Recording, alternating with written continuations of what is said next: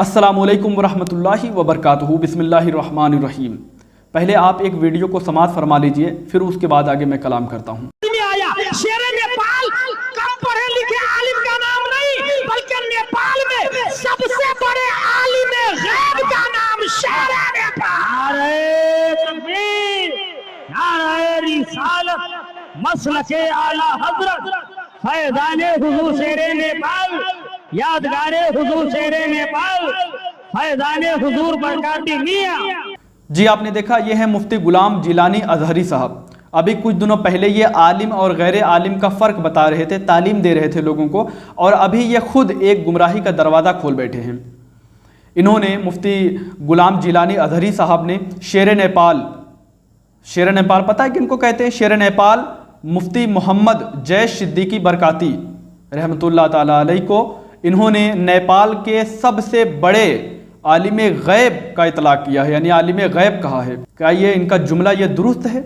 نہیں، بالکل درست نہیں ہے، کیونکہ شیر نیپال مفتی محمد جیش صدیقی برکاتی رحمۃ اللہ تعالی علیہ ہمارے لیے قابل احترام، ہمارے سروں کے تاج ہیں، لیکن ان کے لیے یہ جملہ استعمال کرنا کہ وہ نیپال کے سب سے بڑے عالم غیب ہیں، یہ لفظ جو ہے یہ بالکل درست نہیں ہے۔ حالانکہ یہ عالم ہونے کا دعویٰ کرتے ہیں، لیکن ان کو اتنا پتہ نہیں ہے کہ یہ جملہ کیسے وہ استعمال کر رہے ہیں شیر نیپال کے اوپر۔ یہ جملہ جو ہے شیر نیپال کے اوپر بالکل اطلاق نہیں کیا جا سکتا، بلکہ کسی پر نہیں اطلاق کیا جا سکتا سوائے انبیاء پر۔ سمجھ رہے ہیں؟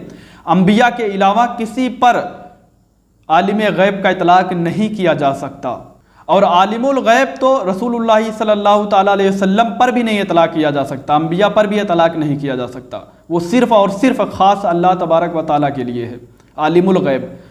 اور عالم غیب اور عالم الغیب میں فرق سمجھ لیجئے۔ اب آئیے میں آپ کو بتاتا ہوں عالم غیب اور عالم الغیب کا فرق، پہلے آپ کو میں بتا دوں، اس کے بعد پھر آگے گفتگو کرتا ہوں۔ عالم الغیب جو ہے، یہ لفظ جو ہے یہ اللہ تبارک و تعالیٰ کے علاوہ کسی پر نہیں لگایا جا سکتا، کسی پر اطلاق نہیں کیا جا سکتا عالم الغیب کا، اور عالم غیب کا اطلاق انبیاء کے علاوہ کسی پر اطلاق نہیں کیا جا سکتا۔ یہ دونوں میں فرق سمجھ لیجئے۔ عالم الغیب اللہ تبارک و تعالیٰ کے علاوہ کوئی نہیں ہے، یعنی کسی پر یہ لفظ اطلاق نہیں کیا جا سکتا۔ اب آئیے میں عالم غیب اور عالم الغیب کا فرق بتا دیتا ہوں۔ عالم الغیب یعنی الف لام جب آ جاتا ہے تو اس میں جتنے علم ہیں، غیب جتنے ہیں، وہ سارا کا سارا علم غیب اس عالم الغیب کے لفظ میں آ جاتا ہے۔ یعنی الف لام آنے کی وجہ سے سارا غیب اور سارا علم غیب اس لفظ میں آ جاتا ہے، اور یہ لفظ صرف اور صرف اللہ تبارک و تعالیٰ کے لیے خاص ہے، کیونکہ سارا غیب کا علم اللہ تبارک و تعالیٰ کو ہے، کل علم اللہ کو ہے، اللہ کے علاوہ کسی کو کل علم نہیں ہے۔ یہاں تک ہمارے نبی پاک صلی اللہ تعالیٰ علیہ وسلم کو بھی کل علم نہیں ہے۔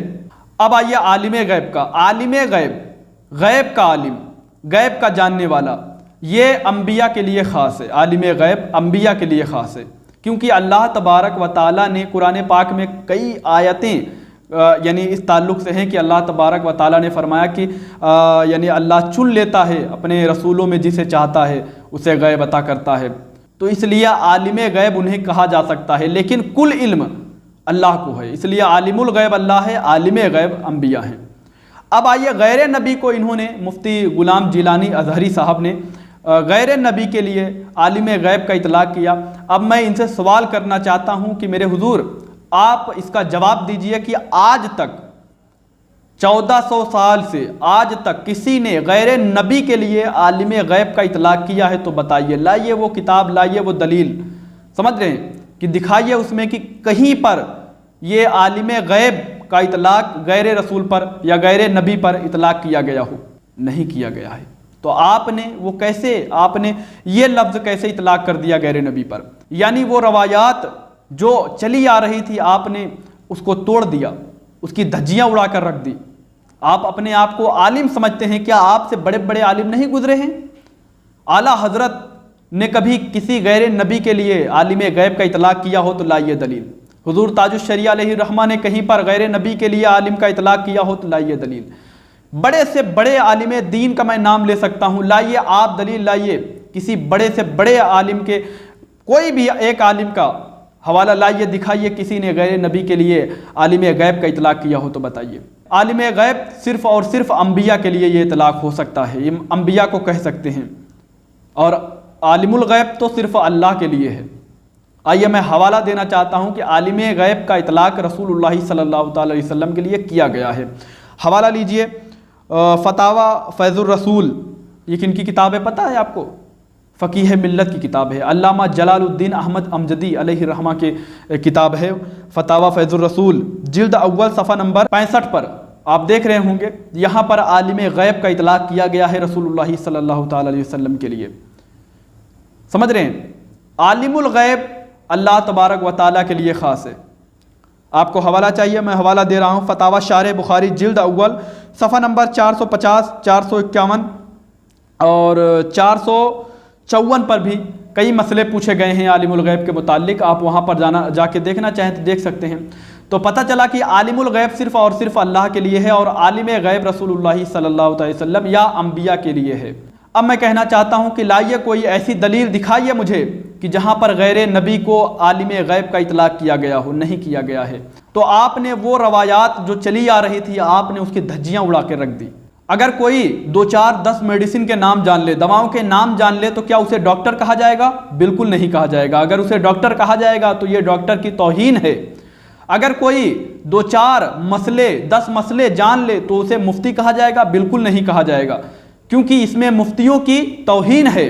اور اگر کوئی 2 4 10 سورہ بلکہ 20 سورہ یاد کر لے تو کیا اسے حافظ کہا جائے گا؟ بالکل نہیں کہا جائے گا۔ کیوں؟ کیونکہ اس میں حافظوں کی توہین ہے، حفاظ کی توہین ہے۔ کیا اگر کوئی 2 4 قانون یاد کر لے تو کیا اسے وکیل کہا جائے گا؟ بالکل نہیں کہا جائے گا، اس میں وکالت کی، وکیلوں کی توہین ہے۔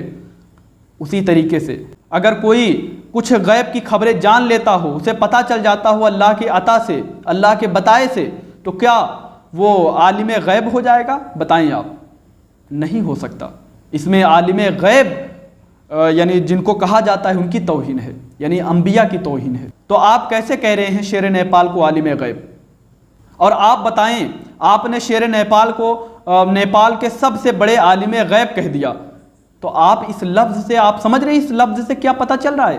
اس سے مطلب ہو رہا ہے کہ نیپال میں اور بھی عالم غیب ہیں جس میں یہ شیر نیپال جو ہیں یہ سب سے بڑے عالم غیب ہیں۔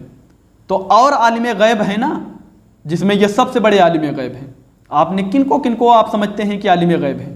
آپ وہ بھی نام ظاہر کر دیجئے۔ اور آپ نے یہ ایسا گمراہی کا دروازہ کھولا، کل کو کوئی بھی کھڑے ہو کے کہہ سکتا ہے، کوئی بھی سلسلے کے لوگ کھڑے ہو کے کہہ سکتے ہیں کہ ہمارے فلاں بزرگ عالم غیب ہیں، ہمارے فلاں بزرگ سب سے بڑے عالم غیب ہیں، ہمارے فلاں بزرگ سب سے بڑے عالم غیب ہیں۔ آپ کو اس سے توبہ کرنی چاہیے۔ کیوں میں کہہ رہا ہوں ایسے؟ آپ غور کریں میرے جملے پہ، بات سمجھنے کی کوشش کریں۔ کل کو کوئی بھی کھڑا ہو کے، کسی بھی سلسلے کے لوگ کھڑے ہو کے کہہ سکتے ہیں کہ ہمارے جو بزرگ ہیں وہ سب سے بڑے عالم غیب ہیں۔ چشتی لوگ کھڑے ہو کے کہہ سکتے ہیں کہ خواجہ معین الدین چشتی علیہ الرحمہ وہ سب سے بڑے عالم غیب ہیں۔ وارثی لوگ کھڑے ہو کے کہہ سکتے ہیں، وارث پاک رحمۃ اللہ تعالی علیہ سب سے بڑے عالم غیب ہیں۔ اشرفی لوگ کھڑے ہو کے کہہ سکتے ہیں کہ ہمارے مخدوم اشرف جہانگیر سمنانی رحمۃ اللہ تعالی علیہ سب سے بڑے عالم غیب ہیں۔ تمام مکتبہ فکر دعوے دار ہو سکتے ہیں کہ ہمارے بزرگ جو ہیں وہ سب سے بڑے عالم غیب ہیں۔ آپ کو پتہ ہے آپ نے اتنی بڑی گمراہی کا دروازہ کھول دیا ہے، کل کو بہت سے لوگ جب جھگڑنے لگیں گے اپنے بزرگوں کو عالم غیب، سب سے بڑے عالم غیب ہونے کے دعوے دار بن جائیں گے، تب آپ کو اس بات کا اندازہ ہو جائے گا کہ آپ نے یہ کیسے گمراہی کا دروازہ کھول دیا ہے۔ آپ آج کے عالم ہیں، بڑے بڑے عالم گزر گئے، مفتی اعظم ہند علیہ رحمہ اور فقیہ ملت فتاوی شارح بخاری علامہ شریف الحق امجدی علیہ رحمہ اور حضور تاج الشریعہ اور خود ہمارے امام اعلیٰ حضرت، بڑے بڑے ہمارے یہاں کے بزرگان دین، آپ سے بڑے بڑے عالم دین گزر گئے، کبھی انہوں نے کسی کے لیے بھی عالم غیب کا اطلاق نہیں کیا۔ آپ نے یہ دروازہ کیسے کھول دیا گمراہی کا؟